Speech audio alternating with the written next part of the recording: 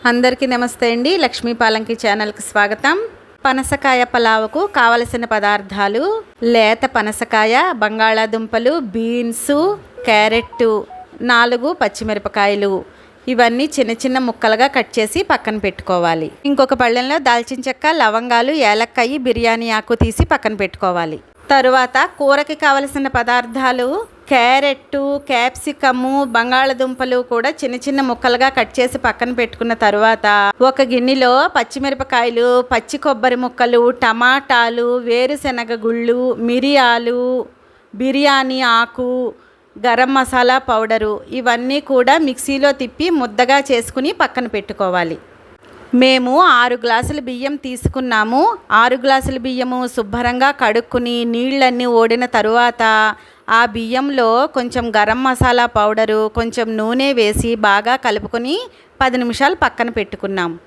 ఇప్పుడు పొయ్యి వెలిగించి వెడల్పాటి గిన్నె పొయ్యి మీద పెట్టుకుని అందులో నూనె వేసుకుని నూనె వేడెక్కిన తరువాత దాల్చిన చెక్క, లవంగ, ఏలక్కాయలు, బిర్యానీ ఆకు వేసి అవి కొంచెం దోరగా వేగిన తరువాత ముందుగా కట్ చేసుకున్న బీన్స్, బంగాళాదుంప, క్యారెట్, పనసకాయ ముక్కలు, పచ్చిమిరపకాయలు ఇవన్నీ కూడా అందులో వేసుకుని తగినంత ఉప్పు వేసుకుని ఆ నూనెకు ఈ ముక్కలన్నీ బాగా కలిసేటట్టు కలుపుకొని మూత పెట్టుకోవాలి.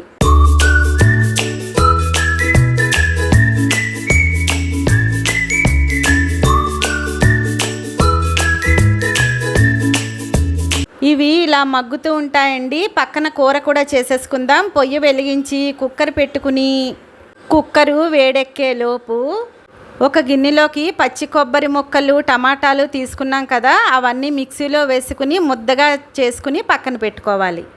అందులో కొంచెం కారం వేసుకున్నాము. కావలసిన వాళ్ళు వేసుకోవచ్చు, లేకపోతే అక్కర్లేదు.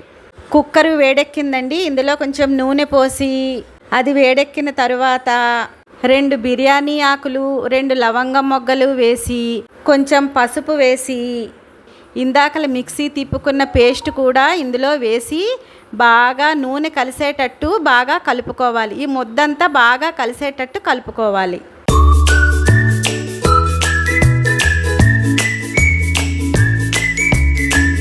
ఇది ఇలా మగ్గుతూ ఉంటుందండి. ఇప్పుడు ఇటుపక్క గిన్నెలో ఇందాకల కూర ముక్కలన్నీ వేసుకున్నాం కదా, ఆ కూర ముక్కలన్నీ బాగా మగ్గిపోయాయి. ఒకసారి బాగా కలిపేసుకున్న తరువాత బియ్యానికి నూనె, మసాలా పౌడరు రాసి పక్కన పెట్టుకున్నాం కదా, ఆ బియ్యం అన్నీ ఇందులో వేసేసుకోవాలన్నమాట. 6 గ్లాసుల బియ్యానికి 12 గ్లాసుల నీళ్లు తీసుకుని ఆ నీళ్లు ఇందులో వేసుకుని ఈ బియ్యము, కూర ముక్కలు అన్నీ నీళ్లతో బాగా కలిసేటట్టు కలుపుకోవాలి. తరువాత మూత పెట్టేసుకోవాలి. ఇందాకలే ఉప్పు వేసేసుకున్నాం కనుక ఇప్పుడు ఉప్పు వేసుకోక్కర్లేదు. ఇటువైపు కూర రెడీ అవుతోంది. ఇందాకల మిక్సీలో వేసుకున్న పదార్థం అంతా ఈ కుక్కర్లో వేసుకున్నాం కదండి గిన్నెలోని. ఇది బాగా మగ్గిపోయిందనమాట. ఇప్పుడు ఇందులో కూర ముక్కలన్నీ వేసుకోవాలి. టమాటాలు, క్యాప్సికము, బంగాళాదుంపలు ఇవన్నీ వేసుకుని తగినంత ఉప్పు కూడా వేసుకుని ఇందాకల మిక్సీ తిప్పిన దాంట్లో కొంచెం నీళ్లు పోసుకుని ఆ నీళ్లు కూడా ఈ కూర ముక్కలలో వేసేసుకుని బాగా కలుపుకుని మూత పెట్టేసుకోవాలి.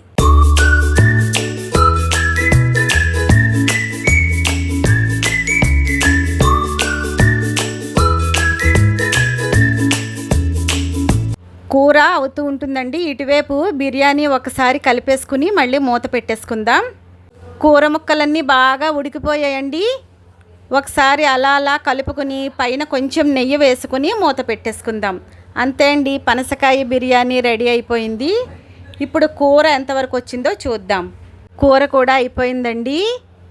ఇటు బిర్యానీ అయిపోయింది, అటు కూర అయిపోయింది.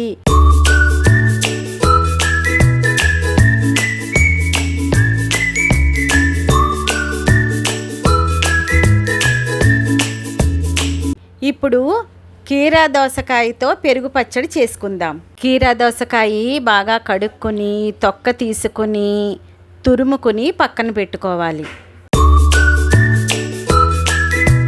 ఈ పరికరంతో పచ్చిమిరపకాయల్ని చిన్నగా తురుముకోవాలి. తురుముకున్న తరువాత ఒక గిన్నె తీసుకుని ఈ పచ్చిమిరపకాయల తురుముని, ఈ కీరా దోసకాయ తురుముని ఆ గిన్నెలో వేసుకోవాలి.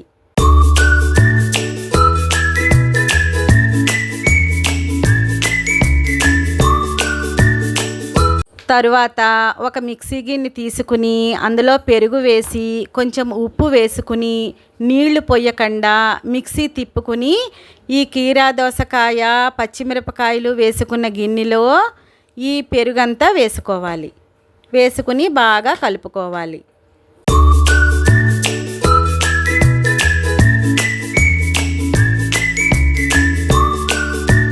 తర్వాత పచ్చడికి పోపు వేసుకోవాలి.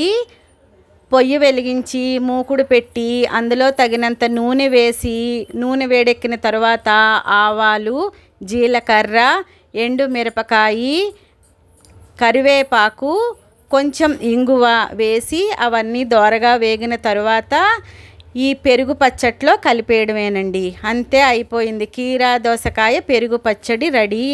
ఇదండి మిక్స్డ్ వెజిటబుల్ కర్రీతో కీరా దోసకాయ పెరుగు పచ్చడితో పనసకాయ బిర్యానీ రెడీ అయిపోయింది. ఈ వీడియో మీకు నచ్చినట్టయితే లైక్ చేయండి, షేర్ చేయండి, సబ్స్క్రైబ్ చేయడం మాత్రం మర్చిపోకండి. ఇంకో వీడియోలో మళ్ళీ కలుసుకుందాం.